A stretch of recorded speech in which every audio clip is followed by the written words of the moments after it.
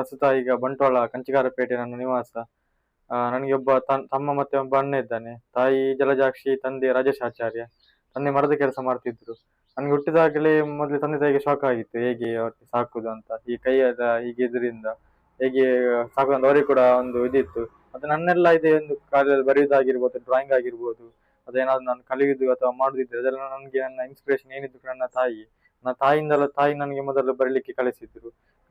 ಶಾಲೆಗೆ ಹೋಗಬೇಕಾದ್ರೆ ಬರೀಲಿಕ್ಕೆ ಗೊತ್ತಬೇಕು, ಕಲಿಲಿಕ್ಕೆ ಗೊತ್ತಬೇಕು. ಹಾಗೆ ತಾಯಿ ಆ ಇದು ಏನಾದ್ರು ಶಾಲೆಗೆ ಹೋಗ್ಬೇಕಾದ್ರೆ ಬರಿಬೇಕಲ್ಲ, ಹಾಗೆ ಹೇಗೆ ಬರಿಸುದು, ಹೇಗೆ ಕಲಿಸ್ಬೇಕು.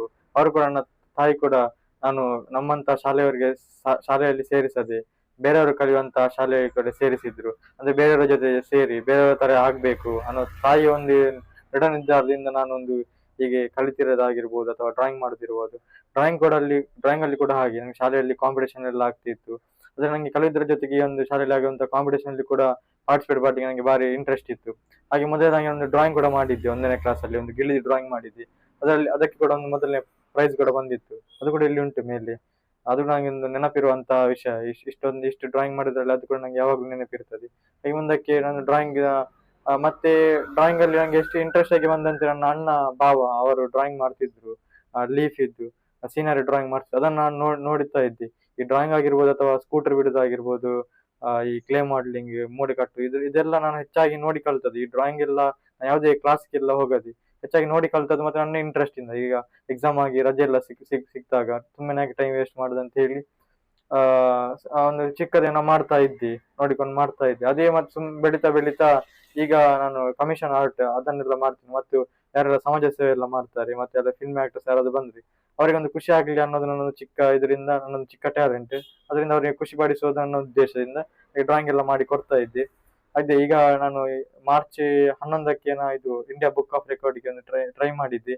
ನಂಗೆ ಮನೆಗೆ ಒಬ್ರು ಇಂಟರ್ವ್ಯೂ ಬಂದಿದ್ದು. ಅವರೇ ಹೇಳಿದ್ರು, ನೀವು ಇಷ್ಟೆಲ್ಲ ಅಚೀವ್ಮೆಂಟ್ಸ್ ಮಾಡಿದ್ರಿ, ಅದನ್ನೊಮ್ಮೆ ಟ್ರೈ ಮಾಡಿ. ಅದನ್ನು ಕೂಡ ಅದು ನಂಗೆ ಕೂಡ ಆಯ್ತು, ಇದನ್ನೊಮ್ಮೆ ಟ್ರೈ ಮಾಡುವ ಅಂತ ಆಯ್ತು. ಹಾಗೆ ನಂಗೆ ಏನಾದ್ರೂ ಒಂದು ಹೊಸದಾಗಿ ಮಾಡ್ಬೇಕು ಅನ್ನೋದೊಂದು ಬಂತು. ಮತ್ತೆ ಈ ಅರಶಿನ ಹುಡಿ ಇಟ್ಕೊಂಡು ಬ್ಲೂ ಮತ್ತೆ ಅರಶಿನ ಹುಡಿ ಇಟ್ಕೊಂಡು 3 ನಿಮಿಷದೊಳಗೆ ವಿವೇಕಾನಂದರ ಚಿತ್ರ ಮಾಡ್ಬೇಕಂತ ಆಯ್ತು. ಹಾಗೆ ಅದಕ್ಕೆ ಒಂದು 3ನೇ ಪ್ರಯತ್ನದ ನಂತರ ಅದು 3 ನಿಮಿಷದೊಳಗೆ ನಂದು ಇಂಡಿಯಾ ಬುಕ್ ಆಫ್ ರೆಕಾರ್ಡ್ ಅಲ್ಲಿ ನನ್ನ ಹೆಸರು ದಾಖಲಾಗಿದೆ. 3 ನಿಮಿಷ 40 ಸೆಕೆಂಡ್ನೊಳಗೆ ಆ ಒಂದು ರೆಕಾರ್ಡ್ ಆಗಿದೆ. ಅದಕ್ಕೆ ನನ್ನ ಕಾಲೇಜಿನ ಮ್ಯಾನೇಜ್ಮೆಂಟ್ ವಿವೇಕಾಳವರ ಕೂಡ ಸಪೋರ್ಟ್ ಕೂಡ ಇತ್ತು ಅದಕ್ಕೆ, ಈ ಒಂದು ರೆಕಾರ್ಡ್ ಮಾಡ್ಲಿಕ್ಕೆ. ಮತ್ತೆ ಫ್ಯಾಮಿಲಿ ಅವರಿಂದ ಕೂಡ ಒಳ್ಳೆ ಸಪೋರ್ಟ್ ಕೂಡ ಇತ್ತು. ವಿಡಿಯೋ ಮಾಡಿ ಅಪ್ಲೋಡ್ ಮಾಡಿದ್ದೆ. ಅದರಲ್ಲಿ ಮತ್ತೆ ಸೆಲೆಕ್ಷನ್ ಮಾಡಿದ್ರು. ಹಾಗೆ ಈಗ ನಾನು ಪ್ರಸ್ತುತ MSW ಮಾಡ್ತಿದ್ದೇನೆ ಆಳ್ವಾಸ್ ಕಾಲೇಜಲ್ಲಿ. ಫಸ್ಟ್ ಇಯರ್ ಅಲ್ಲಿ ಮಾಡ್ತಿದ್ದೇನೆ. ಅದೇ ಇದು ಎಜುಕೇಶನ್ ಮತ್ತೆ ಉದ್ಯೋಗದ ಜೊತೆಗೆ ಇದನ್ನು ಕೂಡ ನಿಲ್ಲಿಸಬಾರ್ದು, ಏನಾದ್ರು ಕಂಟಿನ್ಯೂ ಮಾಡಬೇಕು. ಮತ್ತೆ ನನಗೊಂದು ಎಲ್ಲಿಯಾದ್ರೂ ರಿಯಾಲಿಟಿ ಶೋ ಅಲ್ಲಿ ಚಾನ್ಸ್ ಎಲ್ಲ ಸಿಕ್ಕಿದೆ. ನನಗೆ ಡ್ಯಾನ್ಸ್ ಅಲ್ಲಿ ಕೂಡ ತುಂಬಾ ಇಂಟ್ರೆಸ್ಟ್ ಇತ್ತು. ಅದರಲ್ಲಿ ಏನಾದ್ರು ಚಾನ್ಸ್ ಸಿಕ್ಕಿದೆ ಅದರಲ್ಲಿ ಕೂಡ ಏನಾದ್ರು ಒಂದು ಅಚೀವ್ಮೆಂಟ್ ಮಾಡ್ಬೇಕು ಅನ್ನೋದು ಕೂಡ ಉಂಟು. ಮತ್ತೆ ಡ್ರಾಯಿಂಗ್ ಅಲ್ಲಿ ಕೂಡ ನಾನೊಂದು ಮಸೀದ್ ಒಂದು ಡ್ರಾಯಿಂಗ್ ಮಾಡಿದ್ದೆ. ಕೃಷ್ಣದೊಂದು ಮಸೀದ್ ಡ್ರಾಯಿಂಗ್ ಮಾಡಿದ್ದೆ. ಅದರಲ್ಲಿ ನಂಗೆ ಒಂದು ಸೋಷಿಯಲ್ ಮೀಡಿಯಾದಲ್ಲಿ ತುಂಬಾ ನಂಗೆ ವೈರಲ್ ಆಯ್ತು. ಮತ್ತೆ ಒಳ್ಳೆ ಫಾಲೋವರ್ಸ್ ಕೂಡ ಬಂತು. ಮಸಿಯಲ್ಲಿ ಕೃಷ್ಣಂದು ಡ್ರಾಯಿಂಗ್ ಮಾಡಿದ್ದೆ. ಅದು ಕೂಡ ನಂಗೆ ತುಂಬಾ ಖುಷಿ ಆಯ್ತು. ಅಂದ್ರೆ ಕೆಲವರಿಗೆ ಅಂದ್ರೆ ಪೆನ್ಸಿಲ್ ಡ್ರಾಯಿಂಗ್ ಎಲ್ಲ ತಗೊಳ್ಳಿಕ್ಕೆ ನಂಗೆ ಅನಿಸಿತು, ಇದರ ಮೂಲಕ ಏನಾದ್ರು ಮಾಡಬಹುದು, ಇದರ ಮೂಲಕ ಮಾಡಿ ತೋರಿಸ್ಬೇಕು ಅನ್ನೋದು